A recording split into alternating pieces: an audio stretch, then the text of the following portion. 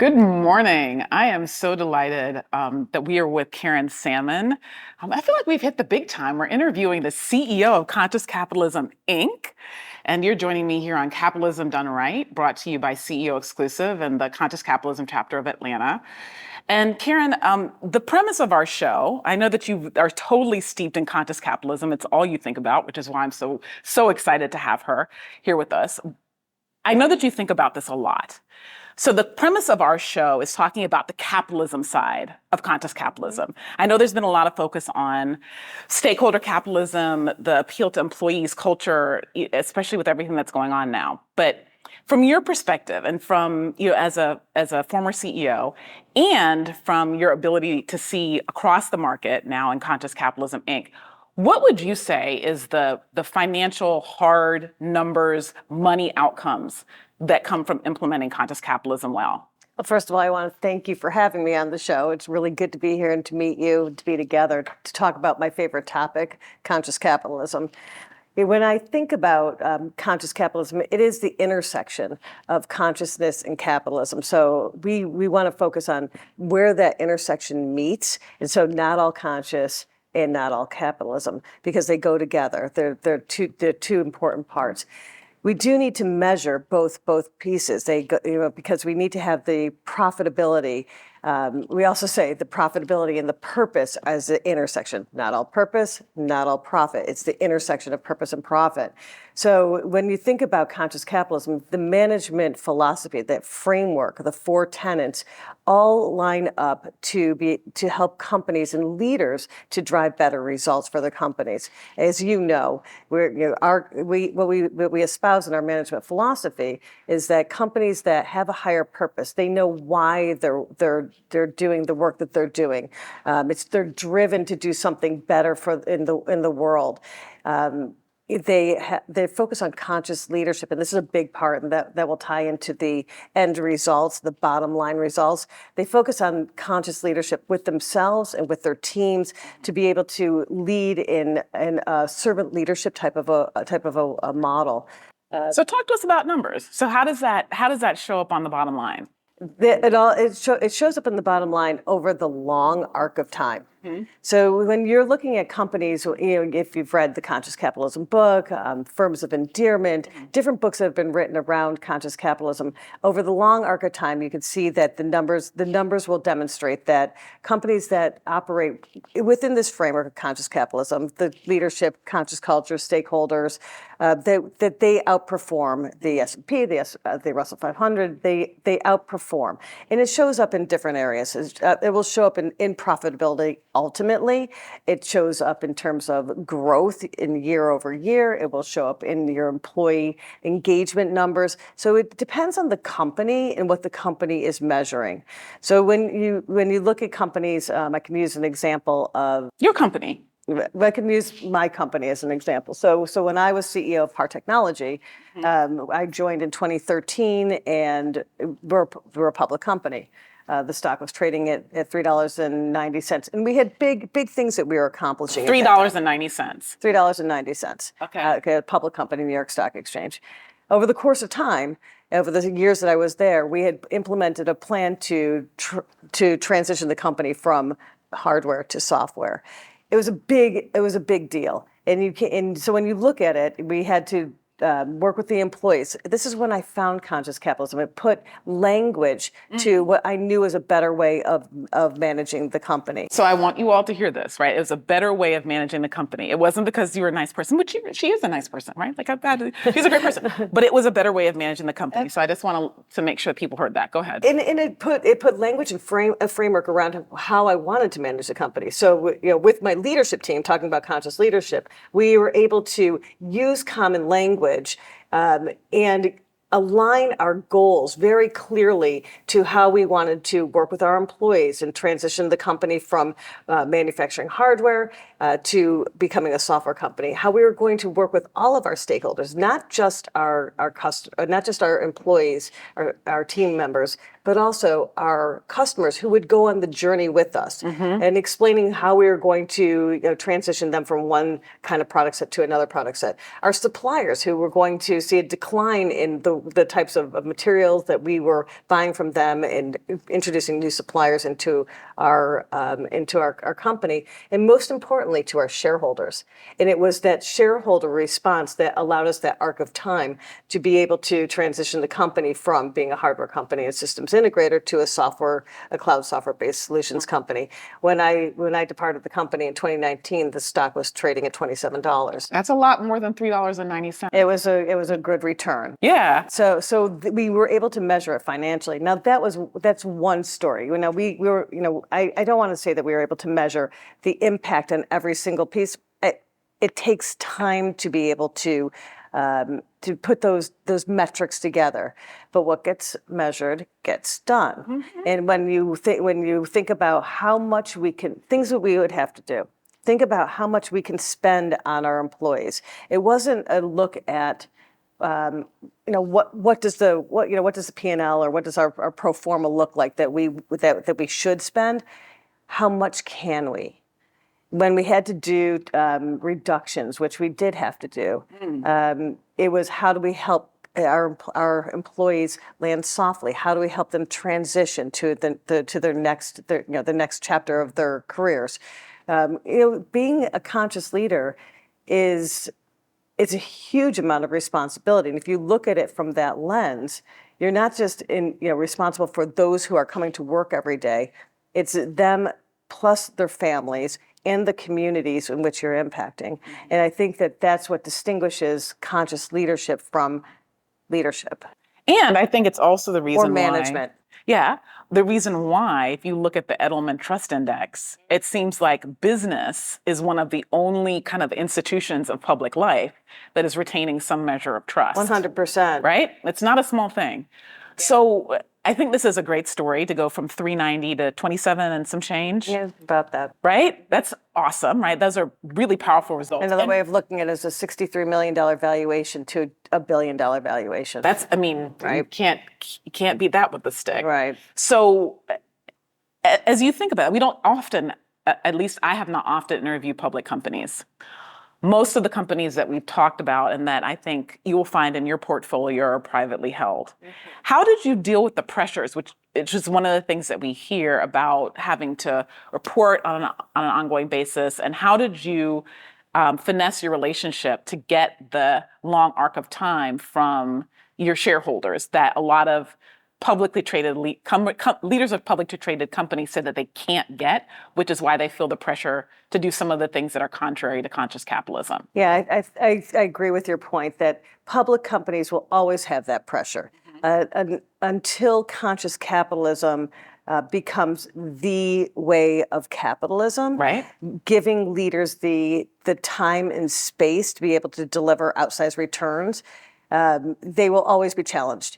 And like you said, private companies, family-run companies, mid-market companies have that opportunity to implement the framework of conscious capitalism in a much more impactful way. And when you look at when you look at all the businesses in the United States and around the world, most of them are in that mid-enterprise, private, family-run, and so that's where we emphasize, and then we work with public companies to allowing them that ability to integrate, because it's a better way of doing business. It's better for employees. It's better for communities. It's whoever their stakeholders are.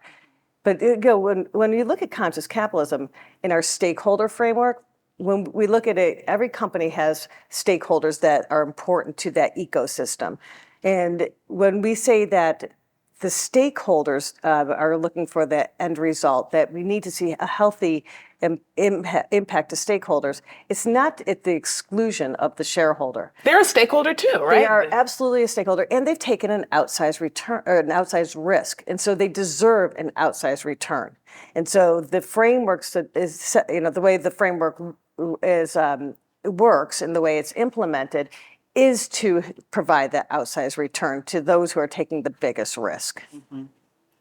Great. Well, certainly that's the reason why we're here, and that's the reason why we all believe in conscious capitalism.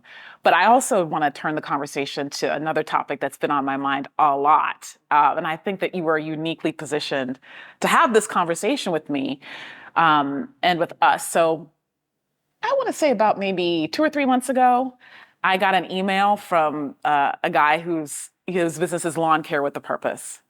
And a week ago, Chris Hooper, who is the chair of our chapter, sent me a picture of banking with a purpose, on the window of a bank that he had recently been to. And I saw a New York Times article that's like, is ESG a fad? And so I wonder about your thoughts on this now that maybe conscious capitalism isn't mainstream, but it's no longer completely in the fringe when you see people like Larry Fink talking about conscious business principles. The extent to which you think that it's becoming just a marketing gimmick, or the risk, not that it is, but the risk that conscious capitalism just becomes something that people slap on their marketing materials. Yeah, if you can get lawn care with purpose, send me that email. I'm all about that. That sounds fantastic. I think I would turn that like around or flip it over. When the way I think about lawn care with a purpose, banking with a purpose, anything with a purpose, bring it. Because leaders join conscious capitalism at different stages of their leadership. Mm-hmm. So when we talk about conscious capitalism, we talk about it being a big tent. Mm-hmm. And a big tent means that we are inclusive. We want diversity, all diversity. So and especially diversity of thought. So we can have a really meaningful dialogue. So we are secured by our tent poles of purpose and leadership and culture and our stakeholders. Those are the tent poles. If you are a leader, a CEO, a president, a founder, and you are thinking that these are important to you, come on in. And if you want to say that you are lawn care with a purpose, welcome. Come on in and let's join with the community. Let's talk about what lawn care with a purpose looks like. Let's bring leaders on their own leadership journey. We often say that leadership is an inside job, meaning that leaders really need to work on their ability to stay in the moment with their teams. We don't want to have groupthink. We want to have diversity in our organizations. When you have a diverse organization and there's inclusion and there's belonging, it drives creativity and innovation. Talking about the Edelman Trust Barometer in the 2023, yes, business leaders are the most trusted. Your company's business leader, like my CEO, would be the most trusted.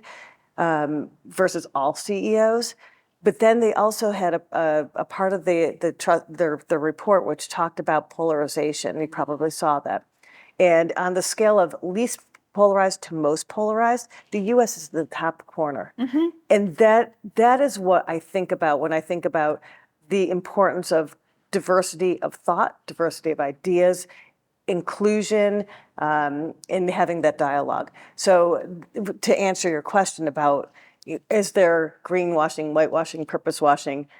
Yes, and somebody's thinking about it.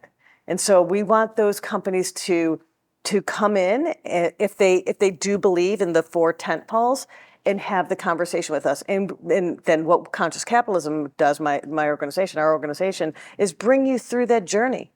From where you start in your journey to, oh, wow, purpose is really important to me. And there's more I can do with my culture. And there's more that I can do with my leadership and my team's leadership. And wow, let's define who our stakeholders are so we can look for those win-win-win opportunities.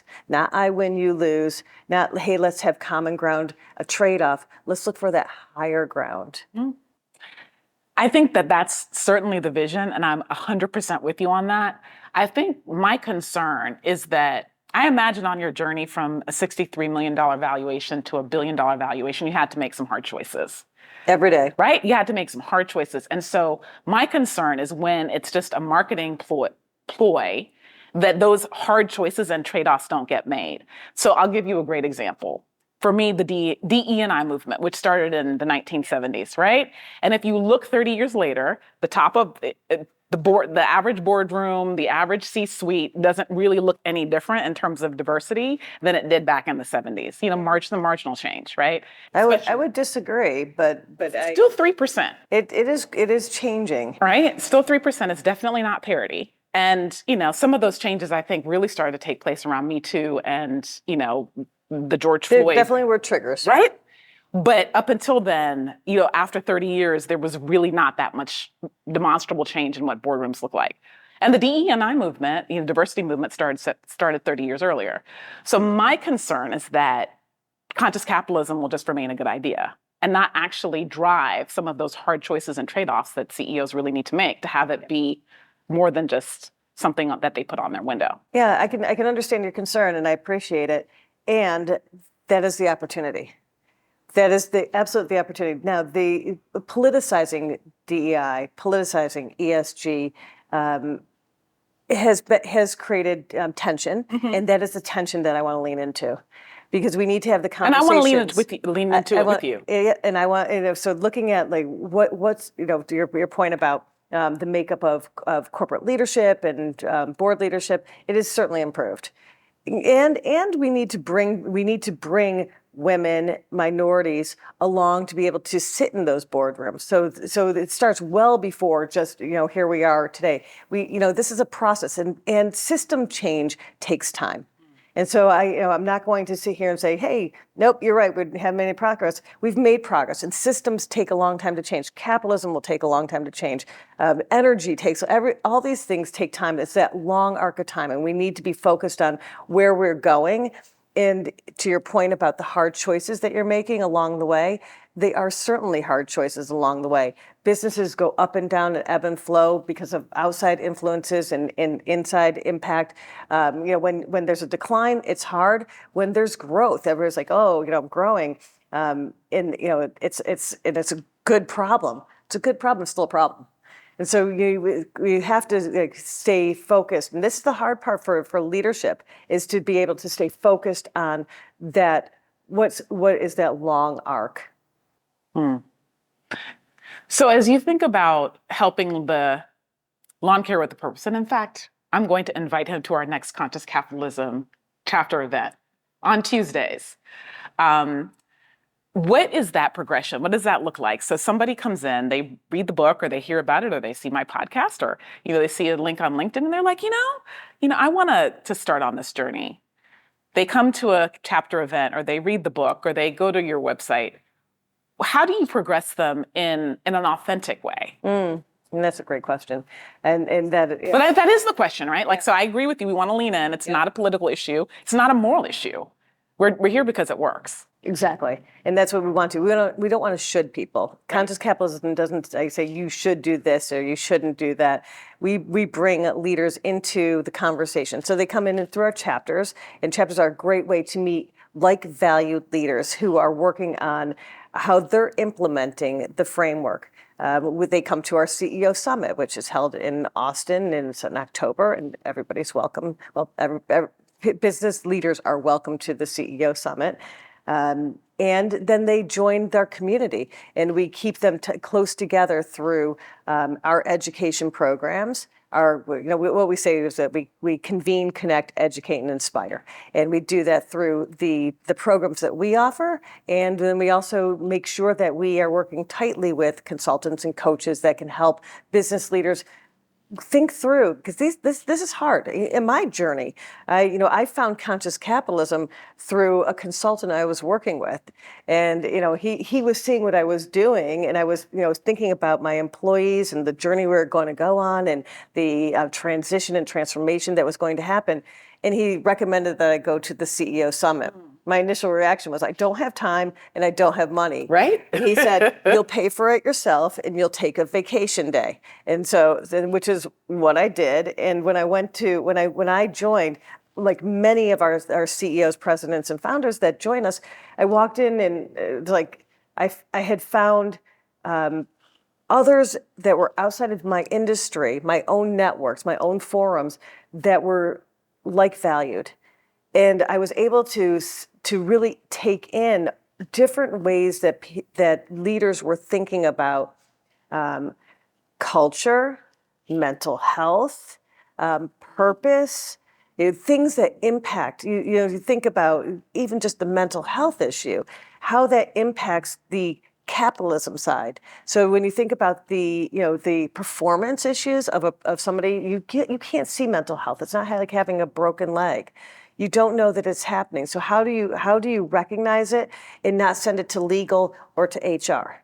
And be able to help somebody who's struggling, or somebody who has a family member who's struggling, to then be healthy themselves, and also improve their performance. I think that the statistic was that mental health issues cost American companies like $50 billion a year or something, some crazy number, and we don't know how to address it. We don't have a playbook. So that was something that I could listen to and be like, if this is a really good thing to think about. What's going on in my company? So it was these types of tactical takeaways that helped me, and then I brought other people in that had much more experience and working with different companies to help me put a strategy together that helped to drive the company in a conscious way forward. Great. And I think what we're saying and what you're saying is that this is, once again, not a moral issue, right? It's not a political issue. It's not an ideological issue. There's something that's underlying conscious capitalism that is beyond all of those things. That is, the underlying truth. As one of our board members says, it's a superior way of doing business. Right. Right. So as we think about like what's next, and the growth of the organization and the movement as a whole, what do you think is the next most important kind of horizon? I mean, I think we're going to have in this season, we're going to interview Chris Clark, who is the CEO of the Georgia Chamber, about the ideological issue. Yeah. So what else do you think are things that we need to get ahead of and be thinking about and problem solving as the movement? Yeah, that's a fabulous question. And thinking through conscious capitalism as a movement, I put a flag in the ground that we need to get to a million conscious capitalist leaders.